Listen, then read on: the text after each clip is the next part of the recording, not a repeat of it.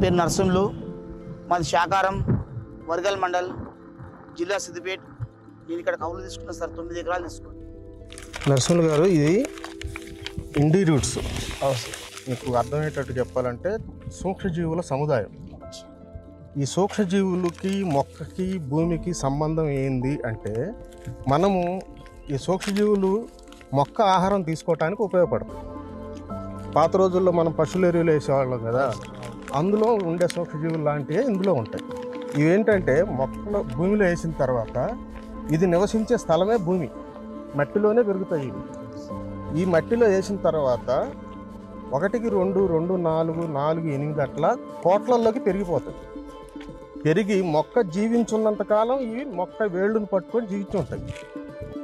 ఈ లిక్విడ్ ఏంటంటే ఇందులో అలోఫెలిక్ బ్యాక్టీరియా ఉంటుంది. ఇది చౌడు అంటే క్షారగుణం ఉంటుంది కదా, చౌడు ఉన్నప్పుడు మొక్క ఆహారం తీసుకోవడానికి ఇది ఉపయోగపడుతుంది. వేరు చుట్టూ చేరి వేర్లకి ఇతర సూక్ష్మజీవుల వలన వచ్చే తెగుళ్ళు కూడా రానియకుండా వస్తుంది. మీకు పూర్తిగా చల్లుకొని సరిపోదు కాబట్టి ఇసుకలో కానీ లేదంటే చీకిన పశువుల ఎరువులో కానీ మట్టిలో కానీ